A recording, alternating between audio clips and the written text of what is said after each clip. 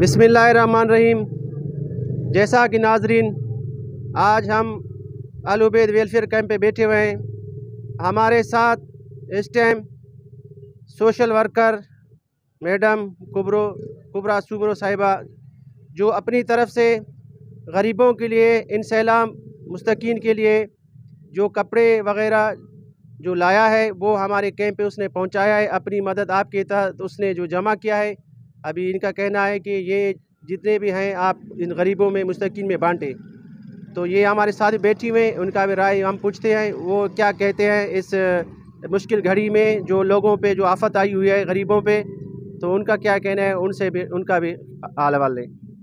जैसे कि उबैद भाई ने बताया और उबैदुल्लाह वेलफेयर वालों का बहुत अच्छा काम चल रहा है और इनको मैं अप्रिशिएट करती हूँ कि इन लोगों ने जो है बहुत अच्छे तरीके से जो गरीबों की मदद की है।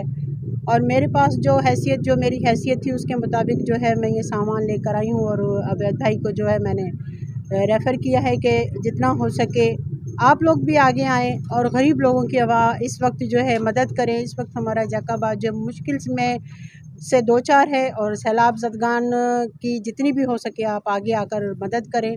मैं समझती हूँ हमारे जैकाबाद में इतने हैसियत वाले लोग हैं जो आगे बढ़कर इन गरीबों की मदद कर सकते हैं। आइए सब हम मिलकर इन सब की मदद करें और अपने जैकाबाद को वापस अपने पाँव पे खड़ा करें। Thank you so much. News।